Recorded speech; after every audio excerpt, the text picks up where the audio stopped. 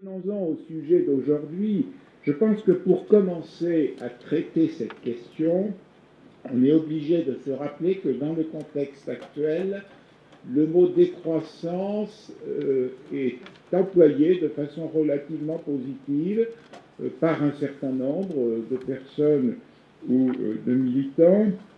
Et donc, ce mot décroissance, c'est quand même un peu un mot valise.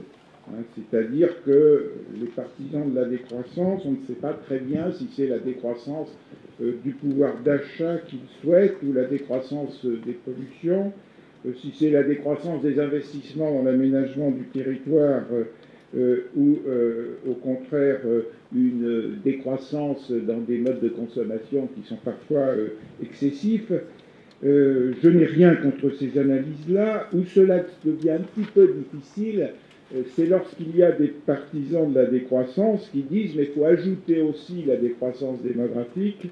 Et donc, selon eux, finalement, la décroissance démographique des campagnes ne peut en rien, et de la ruralité, ne peut en rien être quelque chose de nocif. Et là, on s'approche en fait d'une pensée bien connue, qui est celle du malthusianisme, qui signifie finalement une crainte de l'incapacité de l'humanité à s'adapter et à innover. Or, comme nous sommes à Besançon, il faut rappeler que parmi les natifs de Besançon, il y a eu bien sûr Pierre-Joseph Proudhon, né en 1809 à Besançon, qui a pu poursuivre des études grâce à une bourse, qui a après été obligé de les arrêter parce que sa famille n'avait plus les moyens de financer la suite de ses études, qui a été ensuite ouvrier typographe. Et il a écrit cette phrase absolument extraordinaire concernant l'attitude malthusienne, j'ouvre les guillemets, il n'y a qu'un homme en trop sur Terre, c'est Malthus. Je pense que cette phrase mérite quand même d'être retenue, surtout que nous sommes à Besançon. Alors pour traiter cette question, effectivement, comme l'a très bien dit Jean-Yves, je crois qu'il est nécessaire d'abord, dans un premier temps, de nous plonger dans l'histoire. C'est-à-dire que nous apprend l'histoire sur cette question de l'apport pour la France et les territoires français des migrations, et comment cela, au fil de l'histoire, a-t-il été ressenti ou mis en œuvre. Dans un deuxième point, j'essaierai de résumer un petit peu la réalité d'aujourd'hui, des ruralités, face à cette question des migrations. Et dans un troisième point, j'essaierai de montrer que non seulement l'accueil, on l'aura vu à la fin de la deuxième partie, est impératif, mais aussi qu'il est possible. Alors, qu'est-ce qu'elle nous apprend l'histoire sur cette question ? Pour cela, je vous propose d'évoquer trois périodes. Première période, disons, les derniers siècles de l'Ancien Régime. Deuxième période, le XIXe siècle. Et troisième période, la première moitié du XXe siècle. Il est clair que dans les derniers siècles de l'Ancien Régime, la France est dans une situation tout à fait particulière. Tout simplement parce que c'est le pays le plus peuplé d'Europe, et surtout beaucoup plus peuplé que les autres pays d'Europe. C'est-à-dire que la plupart des autres pays d'Europe, la Grande-Bretagne, enfin, l'Allemagne dans son découpage actuel, l'Italie dans son découpage actuel, ont des populations moitié moindres et parfois même en plus inférieures encore que celles de la France. Donc en fait, la France n'est pas, dans ces siècles où elle est très peuplée relativement, un pays d'immigration significative. Néanmoins, il faut constater que tant les hommes politiques que les intellectuels de cette époque, lorsqu'on les lit, majoritairement sont favorables au maintien, voire à l'augmentation de ce peuplement élevé, et ne sont pas défavorables à une immigration.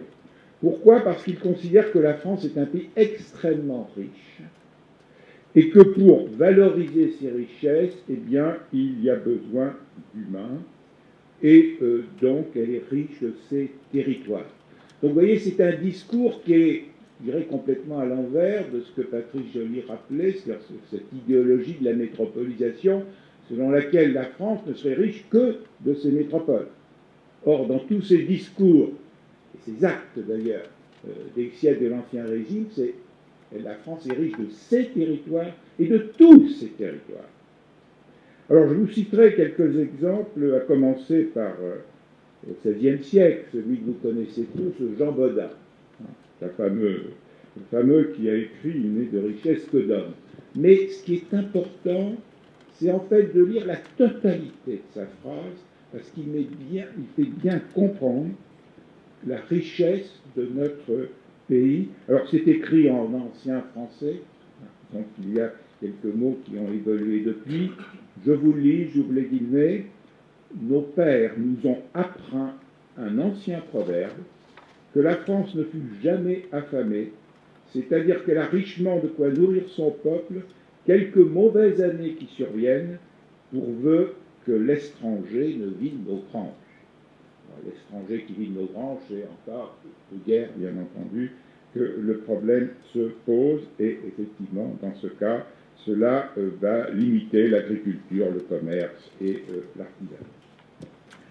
Si je saute un siècle, j'arrive au XVIIe siècle. Et là, je vais voir une mise en œuvre politique qui correspond d'ailleurs à un certain nombre d'analyses intellectuelles. Nous avons donc, notamment avec Colbert, ministre de Louis XIV, non seulement l'adhésion à une volonté de maintien d'un peuplement sur tous les territoires français, mais aussi une volonté de refus de l'émigration, l'apostrophe émigration. C'est-à-dire, il ne s'agit pas de perdre de la vitalité démographique si les Français partent à l'étranger.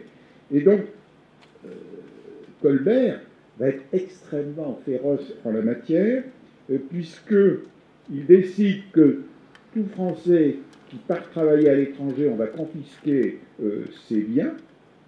Et les dénonciateurs de ceux qui partent à l'étranger sont félicités et financièrement remerciés. Mais, alors qu'il condamne l'émigration, Colbert est pour l'immigration. Mais dans nos termes d'aujourd'hui, on dirait pour l'immigration choisie. C'est-à-dire, ce qu'il souhaite effectivement, c'est attirer en France des artisans ayant du savoir-faire. Et donc, il va envoyer des démarcheurs à l'étranger pour encourager des artisans étrangers à venir en France. Il va faciliter leur naturalisation et il va leur donner un certain nombre de droits. Donc, vous voyez que l'histoire est très, très riche ainsi de cette appréhension des questions migratoires, que nous retrouvons par exemple au début du XVIIIe siècle dans un des livres les plus politiques, les plus fondamentaux, qui est le projet de dîme royale de Sébastien Vauban, si je puis dire, qui est aussi un petit peu, dans une certaine mesure, franc-comtois, mais qui est plus bourguignon que franc-comtois, quand même. Oui, il a fait les choses en Franche-Comté, c'est ce que je voulais dire. Alors, attention. Né à Saint-Léger, qui s'appelle maintenant Saint-Léger-Vauban. Voilà. Et donc, dans ce beau livre, projet de dîme royale, ce qui est très intéressant, d'ailleurs, vous savez qu'il tombera en disgrâce à cause de ce livre, parce que dans ce livre, justement, il critiquera la politique de Louis XIV. Et donc, il reproche surtout à Louis XIV, vous l'avez compris, d'avoir multiplié les impôts, d'oppresser la population, alors que dans ce livre, il explique au roi combien il est riche que par son peuple, qui travaille, qui entretient les territoires, qui fournit les laboureurs, vignons et manœuvriers de la campagne, qui garde et nourrit les bestiaux, qui sème les blés, les recueille, qui façonne les vignes et fait le vin. Et pour le dire en peu de mots, c'est toute cette population qui fait tous les gros et menus ouvrages de la campagne et des villes. Bon. Et donc, son conseil, évidemment, ce serait que le pouvoir politique opprime moins la population. Et donc, il en conclut notamment cette phrase que je trouve assez savoureuse, j'ouvre les guillemets, quand les peuples ne seront pas si oppressés, ils se marieront plus hardiment. Ils se vêtiront et se nourriront mieux. Leurs enfants seront plus robustes et mieux élevés. Ils prendront un plus grand soin de leurs affaires. Enfin, ils travailleront avec plus de force et de courage quand ils verront que la principale partie du profit qu'ils feront leur demeurera. Vous voyez, c'est d'une actualité extraordinaire.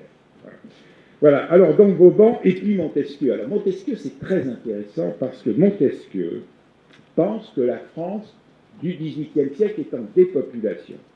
Alors pourquoi? Parce que Montesquieu, la France et l'Europe, il a parcouru la France et l'Europe et il a vu l'importance du patrimoine en ruine issu de l'Empire romain, de la décadence de l'Empire romain. Et il se dit, mais pour qu'il y ait eu de telles infrastructures construites du temps de l'Empire romain, cela représentait une manœuvre considérable. Et donc, nous, au XVIIIe siècle, ils pensent qu'on est moins peuplé au XVIIIe siècle que ce qui existait au début de l'ère chrétienne. Et donc, il adhère aux idées de l'époque, c'est-à-dire qu'en fait, il est contre l'émigration, et notamment l'émigration dans les colonies. Et au contraire, eh bien, il souhaite effectivement une dynamique démographique sur les territoires français. Donc vous voyez une époque un peu d'unanimisme sur la nécessité d'une France peuplée, le souhait d'une France peuplée, et d'une France peuplée dans tous ces territoires. Passons au XIXe siècle, qui est un siècle tout à fait particulier dans l'histoire démographique de la France, dans la mesure, et de l'Europe, dans la mesure où la France est le seul pays d'Europe qui abaisse sa fécondité dès la fin du XVIIIe siècle, alors que les autres pays d'Europe ne l'abaissent qu'à la fin du XIXe siècle. Et donc la France va, au cours de ce XIXe siècle, perdre progressivement son premier rang démographique en Europe. Alors cette perte démographique, liée à sa faible fécondité, elle est particulièrement symbolisée certaines années où, pour l'ensemble des territoires français, nous avons plus de décès que de naissances.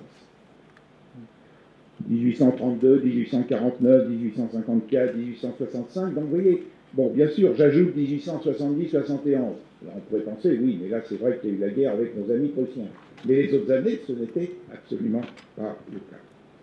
Effectivement, la France est dans une situation particulière qui fait que, compte tenu de l'abaissement de sa fécondité depuis la fin du XVIIIe siècle, eh bien, elle va considérer qu'elle manque de main-d'œuvre. Et donc, elle va décider d'attirer des migrations pour compenser son manque de population active. Alors, quelle migration va-t-elle attirer? Essentiellement des migrations de pays limitrophes. Notre ami qui vient de la province du Luxembourg belge sait bien qu'encore en 1901, la proportion la plus nombreuse d'immigrants en France, ce sont les Belges. Et comment attirer? Eh bien, tout simplement en donnant davantage de droits, et notamment en encourageant la naturalisation. Et donc, la France va être le seul pays d'Europe qui instaure dès 1851 le droit du sol, c'est-à-dire le fait d'être naturalisé, d'octroyer dès la naissance la naturalisation à un enfant d'étranger lui-même né sur le sol français. Alors, ce qui est amusant, comme toujours dans l'histoire, c'est que lorsqu'on lit les textes sur l'instauration du droit du sol, eh bien, c'était une décision qui devait être temporaire. Et elle existe encore. Donc, vous voyez une période particulière du XIXe siècle avec une très forte immigration de pays européens vers la France pour justement enrayer cette dépopulation que connaît le pays. Le XXe siècle va prendre en compte politiquement aussi ces problématiques. J'ai besoin de rappeler que cet affaiblissement relatif de la France en dépit de ses apports migratoires a conduit le Parlement en 1913 à voter la loi des 3 ans, c'est-à-dire à porter le service militaire à 3 ans. Mais malheureusement, la guerre 14-18 va arriver avec cette surmortalité épouvantable, ce nombre de blessés considérable. Et donc, la France va considérer avec raison que sans migration, elle ne parviendra pas à se redresser des malheurs de la Première Guerre mondiale. Et donc à cette époque-là, nous sommes dans une situation particulière, puisque il faut rappeler qu'en raison de la guerre, en 1919, la France est moins peuplée qu'au début du siècle. Et donc la France va passer des accords avec les pays étrangers pour organiser des migrations, on peut appeler des migrations de remplacement. Et donc cette guerre, en fait, va engendrer deux types de migrations.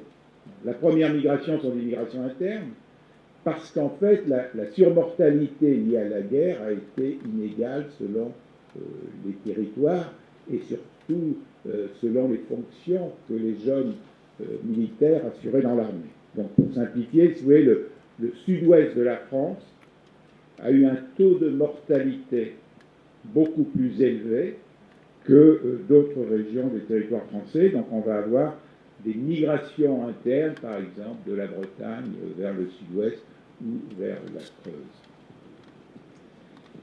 Mais la France va donc passer des accords bilatéraux, là, qui vont aller au-delà des pays limitrophes, puisque jusqu'à la Pologne, eh bien, un accord bilatéral va permettre de fournir de la main-d'œuvre polonaise à l'agriculture, aux mines et à l'industrie. C'est toujours une histoire un petit peu amusante, puisque on avait un peu oublié qu'il y avait quand même beaucoup de Français d'origine polonaise, et en fait on l'a redécouvert, je ne sais pas si vous vous en rappelez, quand Jean-Paul II est venu en France et qu'il organisait une messe pour les Français d'origine polonaise. Et le champ de Mars était noir de monde de Français d'origine polonaise, d'autant plus que beaucoup de Français d'origine polonaise aussi ont simplifié leur nom entre-temps, hein, puisque la loi le permet assez aisément. Donc voilà ce que nous enseigne l'histoire, une France qui, en réalité, à travers ses différentes péripéties, a quand même toujours une attitude positive vis-à-vis des migrations. Alors quelle est, et j'en arrive à mon deuxième point, la réalité aujourd'hui de la ruralité, après avoir rappelé combien la migration a joué un rôle essentiel dans des territoires ruraux qui avaient perdu de la vitalité humaine au cours du XIXe et du début du XXe siècle. La réalité d'aujourd'hui, je crois qu'on peut essayer d'en proposer une sorte de typologie entre des territoires ruraux qui perdent de la population et sans migration ne peuvent que continuer à en perdre, des territoires ruraux qui perdent de la population mais qui connaissent un processus que j'appelle de régénération, et enfin des territoires ruraux qui gagnent de la population, qui connaissent des reprises démographiques. Donc le problème d'un certain nombre de territoires ruraux, il se voit à travers leur pyramide des âges. Leur pyramide des âges est telle, avec des générations âgées relativement nombreuses et des générations de jeunes relativement faibles, que quel que soit le niveau de fécondité des couples, le nombre de décès est nécessairement supérieur à celui des naissances. Donc le vieillissement par le bas engendre, mêlé à l'héritage démographique, une diminution de population qui ne peut pas être enrayée par des facteurs internes. Donc la seule solution pour ces territoires, s'ils considèrent qu'il faut enrayer leur vieillissement et leur dépopulation, c'est bien entendu d'être attractif et d'être attirant. Alors nous avons malheureusement certains territoires qui sont négatifs sur tous les tableaux, c'est-à-dire qui d'une part connaissent plus de décès que de naissances, donc perdent de la population sous l'effet de ce qu'on appelle le mouvement naturel, et d'autre part ont également un sol migratoire négatif comme le département de l'Indre. Et donc il est important de comprendre que sur ces territoires, toutes choses égales par ailleurs, s'ils continuent de vivre en circuit fermé, donc sans échange humain avec des territoires extérieurs, à terme, les logiques démographiques, alors à long terme, bien entendu, les logiques démographiques signifient des baisses significatives de la population, et donc que la migration est pour eux une chance, à condition de développer, on le verra dans un troisième point, des stratégies adaptées.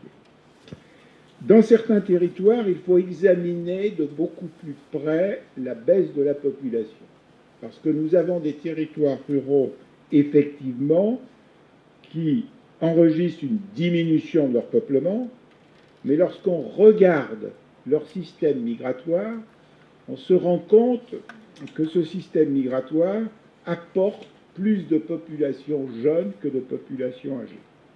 Donc en fait, leur population continue de baisser en raison de leur héritage démographique, marqué par une population vieillie, mais en fait, ils ont déjà des jeunes pousses qui montrent qu'un retournement est en train de se préparer parce qu'ils ont su attirer des populations jeunes. Donc autrement dit, ça c'est un point important, il ne faut pas dire diminution de population égale décadence pour simplifier, si vous voulez, parce qu'une diminution de population peut masquer une régénération qu'on ne peut examiner qu'à travers l'étude de l'évolution de la pyramide des âges liée au système migratoire de ce territoire. Et donc, bien sûr, cette régénération ne peut être encouragée qu'à condition que le système migratoire de ces territoires ait une pyramide des âges d'arrivants qui soit plus jeune que la pyramide des âges préexistante du territoire. Excusez-moi d'être un peu technique, mais c'est peut-être un peu nécessaire, mais ça permettra peut-être de répondre à vos questions tout à l'heure. Alors, troisième type de territoires ruraux, eh bien, ceux qui, finalement, ont déjà un sol migratoire suffisamment positif pour connaître, en fait, une reprise démographique, même lorsque leur nombre de décès est supérieur au nombre de naissances, lorsque ce sol migratoire, en fait, compense le risque de baisse de la population lié au mouvement naturel.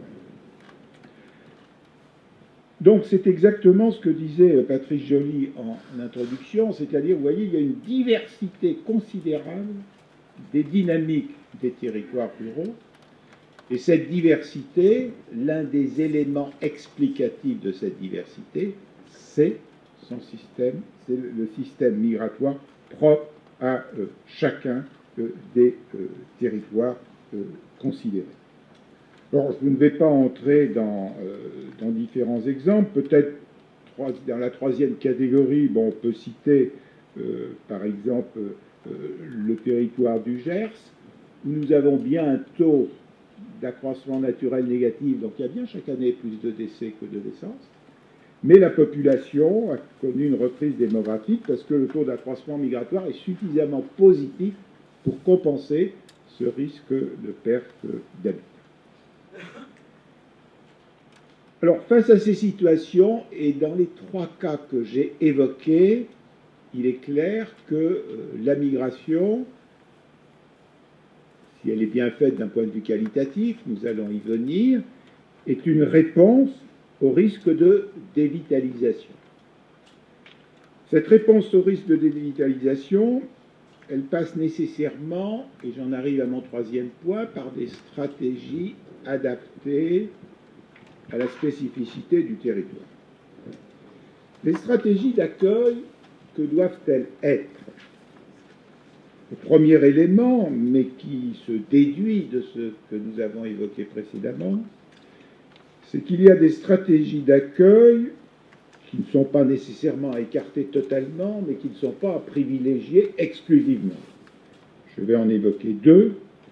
La première stratégie d'accueil à ne pas privilégier exclusivement, c'est celle qui consisterait à déployer essentiellement des efforts pour voir arriver de jeunes retraités.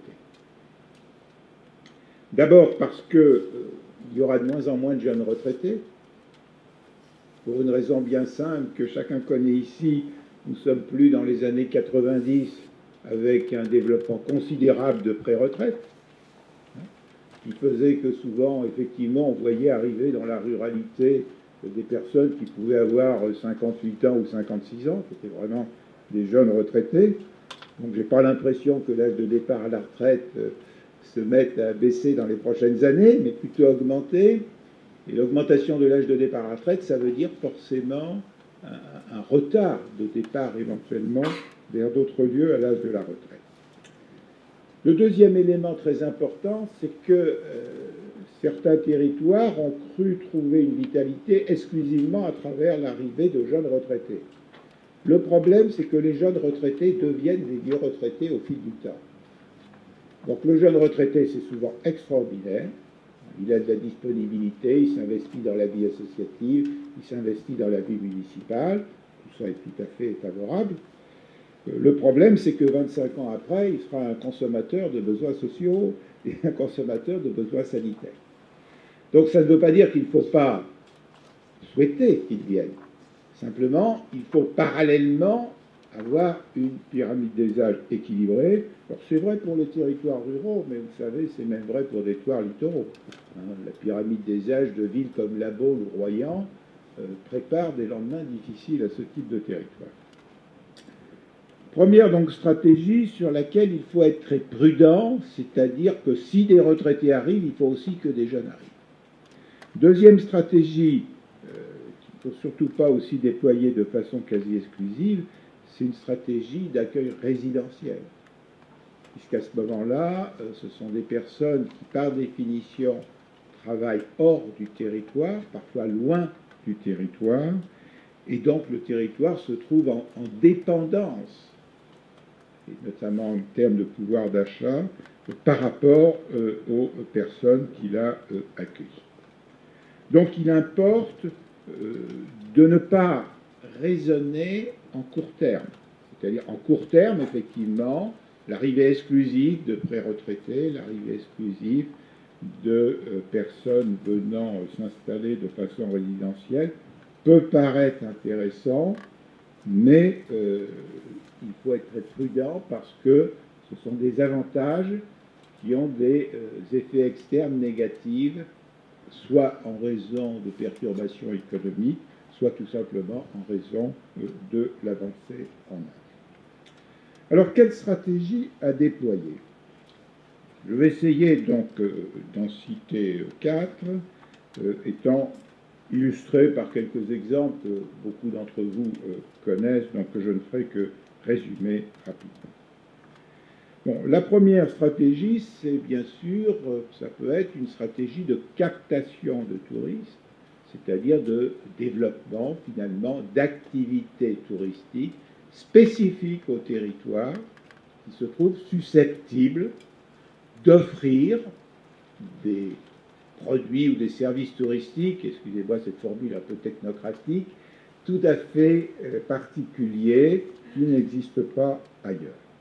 Et effectivement, cette stratégie, elle peut engendrer des retombées significatives parce que la réponse à cette captation de touristes passe par le développement d'activités et par l'arrivée de migrants pour satisfaire les besoins de ces activités. Alors, deux exemples très, très différents. L'un qui s'appelle Sylvanès dans l'Aveyron. Donc, vous avez, je vais dire au fin fond de l'Aveyron, mais le maire d'Arvieux corrigera, bien entendu. C'est quand même une petite route pas très facile à parcourir pour rejoindre Sylvanès, et donc vous avez un lieu, vous aviez donc une abbaye en ruine en quelque sorte, et donc là la création donc d'un festival d'une telle qualité qu'effectivement toute la France et même bien au-delà, nous avons donc des milliers de personnes qui viennent chaque année. Et comme elles viennent, il faut bien sûr qu'elles mangent, qu'elles dorment, qu'elles soient hébergées. Et donc tout ça a engendré un certain nombre d'activités, sachant que le territoire de Sylvanès et des environs, il était, comme beaucoup de nos territoires ruraux, vieille pyramide des âges, peu d'actifs, et il faut bien que des migrants arrivent pour répondre aux besoins de ces touristes qui viennent. Deuxième exemple que beaucoup connaissent aussi ici, Saint-Bonnet-le-Froid. Bon, Saint-Bonnet-le-Froid, d'abord, déjà l'intitulé, on n'a pas envie d'y aller, hein. Surtout pour les frileux comme moi. Bon, je vous rappelle simplement cette commune à 1000 mètres, plus de 1000 mètres d'altitude, enclavée là aussi, hein, 1 heure de route de Saint-Étienne par une route quand même qui tourne pas mal. Elle avait eu 400 habitants. Elle était tombée à 180. Mais 180 avec une pyramide des âges extrêmement vieillie. Il n'y avait plus de jeunes. Jusqu'à ce que donc le projet, alors je l'ai appelé ça de captation de touristes, se mette en œuvre et se traduise effectivement par de très nombreuses créations d'emplois. Aujourd'hui, donc, la commune est remontée à 260 habitants avec une pyramide des âges qui n'a rien à voir avec celle qui existait avant le développement de l'attraction touristique, essentiellement des populations nouvelles, puisqu'il a fallu faire venir des actifs d'ailleurs pour satisfaire aux besoins de ces populations. Donc voilà une première stratégie possible qui suppose, j'insiste, de l'innovation permanente. C'est-à-dire qu'il ne faut surtout pas penser qu'il suffit de créer une infrastructure attractive et le tour est joué. Nous ne sommes plus dans ce monde-là. Un territoire ne peut être attractif pour des touristes que s'il innove en permanence. C'est le cas de Saint-Bonnet-le-Froid, c'est le cas de la région de l'Aveyron que j'ai évoqué tout à l'heure. Bon, c'est le cas aussi des grands parcs. Hein. Je veux dire, si le Futuroscope ou le Puy du Fou perdure, c'est parce qu'ils sont en innovation permanente. Deuxième donc stratégie, c'est bien sûr la stratégie d'accueil volontariste, c'est-à-dire le fait de mener tout un ensemble d'actions visant à montrer la qualité de vie dans le territoire considéré et de proposer un certain nombre d'éléments positifs en matière tout simplement de logement, en matière de culture, en matière de vie associative, et donc finalement de déployer une stratégie d'accueil volontariste, je dirais fondée sur ce que je vais appeler les deux principaux actuels atouts des nouvelles ruralités. Premièrement, parce que la ruralité ne souffre pas des économies d'échelle des grandes métropoles. Patrice le rappelait, le coût du foncier de l'immobilier est moindre, la perte de temps dans les embouteillages évidemment moindre, les relations sont beaucoup plus simples et moins anonymes, la possibilité de trouver des réponses à des questions peut être beaucoup plus rapide, et c'est la raison pour laquelle d'ailleurs certaines entreprises, même lorsqu'elles ont une clientèle internationale, restent et demeurent dans la ruralité parce qu'elles y trouvent une souplesse de fonctionnement qu'elles n'auraient pas dans des grandes villes beaucoup plus importantes, et parce que leurs salariés trouvent une qualité de la vie qui est sans équivalent. Donc c'est justement le deuxième point qui est extrêmement positif en ce moment, c'est le fait que nous, dans la période, je dirais, des années 2010 par rapport à celle des années 1970, nous avons des ménages qui de plus en plus privilégient les aménités, vient d'être confirmé par le sondage que Patrice Joly a résumé tout à l'heure. Donc c'est un atout essentiel. Cet atout, je vais le résumer simplement par un chiffre. Lorsque nous considérons la région capitale, donc la région Île-de-France, on pourrait penser que c'est une région très attractive. Eh bien, la réponse est non. La réponse est non, c'est une région qui a un solde migratoire négatif de 50 000 personnes par an. Donc, oui, c'est vrai, il y a des immigrants qui arrivent régulièrement en Île-de-France, mais il y a 50 000 personnes de plus qui quittent chaque année l'Île-de-France.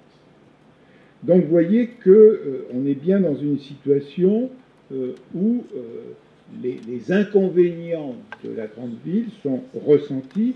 Alors, même si certains quittent Paris pour aller dans d'autres grandes villes françaises, mais un certain nombre de départ sont explicatifs du sol migratoire redevenu positif de nombre de rurales.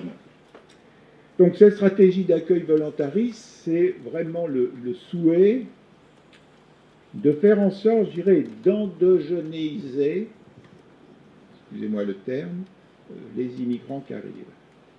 C'est-à-dire de faire en sorte qu'ils puissent s'inscrire dans la vie sociale du territoire dans lequel ils ont choisi pour y habiter, et cela suppose effectivement le déploiement d'un certain nombre d'actions. Troisième type de stratégie, ce sont des stratégies de projet, mais qui reposent sur la valorisation d'atouts, parfois négligés, parfois oubliés, parfois méconnus. Là aussi, heureusement, les exemples sont nombreux. J'en citerai trois de nature assez différente. Un premier que vous connaissez tous, c'est la gueule, c'est-à-dire en fait un savoir-faire ancien, j'exagère un tout petit peu, mais qu'on avait dans une certaine mesure oublié, et dont on a retrouvé les éléments qualitatifs en utilisant toutes les technologies d'aujourd'hui en matière de production et en matière de commercialisation. Alors tout ça ne se fait pas en un jour. En plus, il y a de nombreuses difficultés. Je vous rappelle le problème de la protection du non-laguiole. C'est un gros problème. Mais on constate que nos ancêtres nous ont souvent légué des éléments tout à fait originaux, particuliers à tel ou tel lieu, et qu'on a délaissés. Alors, ça avait été le cas du piment d'Espelette, qui était en train de sa production était en train de disparaître. Il n'y avait plus que quelques producteurs de piment d'Espelette. Ce n'était absolument pas leur activité principale, mais une activité accessoire, et pratiquement, ils ne continuaient d'en produire que, je dirais, pour leur propre usage et ceux de leurs voisins. Jusqu'au jour, la commune du coup d'Espelette avait sa population qui s'effondrait, qui était tombée à 1200 habitants, puisque tous les jeunes partaient. Donc jusqu'au jour où quelques jeunes, effectivement, se sont dit, mais finalement, nous avons ici une petite production locale, modeste, mais qui est sans équivalent ailleurs, et déploie avec une volonté farouche l'idée de valoriser ce piment d'Espelette. Cela n'a pas été un long fleuve tranquille. Les syndicats créés pour relancer le piment d'Espelette ont parfois fait faillite. La première fois qu'ils ont demandé d'avoir une appellation d'origine contrôlée, on leur a ri au nez. Mais au fil des années, eh bien, la renaissance a opéré, et donc on est passé, vous voyez, de quelques agriculteurs à aujourd'hui plus de 150 agriculteurs qui fabriquent du piment d'Espelette. On est passé de moins d'1 tonne de fabrication par an aujourd'hui à 180 tonnes de fabrication par an, avec une vente dans tous les pays étrangers. Et le village d'Espelette a connu cette renaissance que nous connaissons, a retrouvé 2000 habitants, tout simplement donc en valorisant un atout dont on avait oublié combien il était original, spécifique et particulier à ce territoire. Alors, je voudrais évoquer peut-être un autre exemple qui est assez intéressant, qui est moins connu. Il s'agit de la grange de Beauvais dans le département de l'Yonne. Qu'avons-nous là? Eh bien, nous avons donc une grange cistercienne en ruine, à l'abandon et qui risque d'être détruite, jusqu'à effectivement que des habitants de ce territoire de Lyon considèrent qu'il faut quand même essayer de sauver ce patrimoine. Donc ils s'y investissent pour le restaurer bénévolement. Et ce joyau architectural commence peu à peu à retrouver des couleurs. Mais ce qui est très intéressant dans cet exemple de la grange de Beauvais, c'est qu'au-delà de la restauration stricte d'un patrimoine ancien, moyenâgeux, qui peut faire l'objet évidemment de visites extrêmement intéressantes, eh bien, il y a la volonté de développer des activités, alors des activités agricoles avec la recréation de vignobles, et puis aussi des activités du temps, avec la création d'un espace de travail en commun, avec donc les outils numériques les plus élaborés, donc un lieu où des jeunes comme des moins jeunes peuvent mettre ensemble leurs compétences.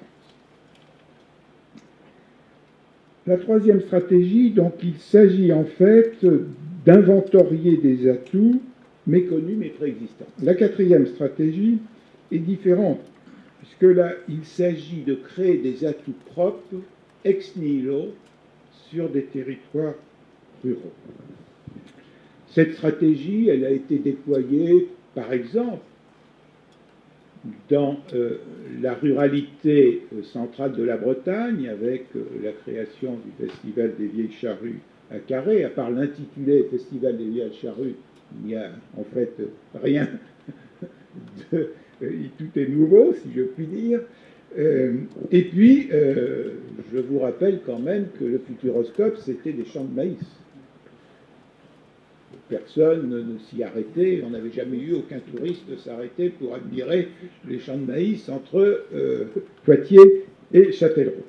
Donc là, il s'agit effectivement d'une stratégie de création ex nihilo, alors qu'on a bien vu, si vous voulez, dans les chiffres démographiques et sur l'aspect migratoire, notamment dans la période intercensitaire 1990-99, c'est une période intercensitaire où les seuils migratoires élevés dans nos départements étaient uniquement dans les départements littoraux ou dans les départements frontaliers, notamment la Savoie ou la Haute-Savoie. Il n'y avait qu'un département, ni frontalier, ni littoral, qui avait un seuil migratoire positif élevé, c'était la Vienne. Parce qu'effectivement, créer un projet comme ça, il faut des atouts, et finalement, il n'y en avait pas suffisamment sur le territoire de la Vienne.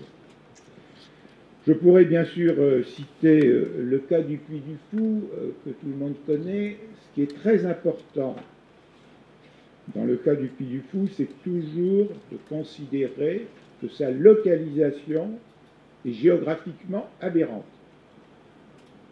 Puisque vous voulez attirer des centaines de milliers de personnes dans un lieu qui est loin d'une gare TGV, loin d'un aéroport international, et loin des territoires où sont les touristes sur le littoral vendéen. Donc ça paraît géographiquement a priori un échec certain. Vous connaissez la suite, 2 millions de visiteurs par an déjà. Alors dans le contexte actuel, j'ai évoqué ces stratégies de déploiement. La difficulté à laquelle sont confrontées aujourd'hui les nouvelles ruralités, c'est qu'il faut quand même préciser que selon la localisation de ces ruralités, la mise en œuvre de ces stratégies se fait nécessairement différemment, mais dans un cadre institutionnel aussi différent. Il ne faut pas oublier qu'il y a des ruralités au sein même des périmètres métropolitains.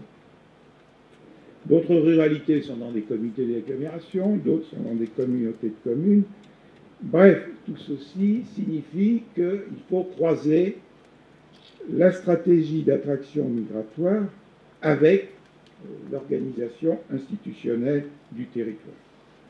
Dans tous les cas, il s'agit bien de rendre mieux possible l'accueil de populations parce que les ruralités en ont besoin pour se régénérer.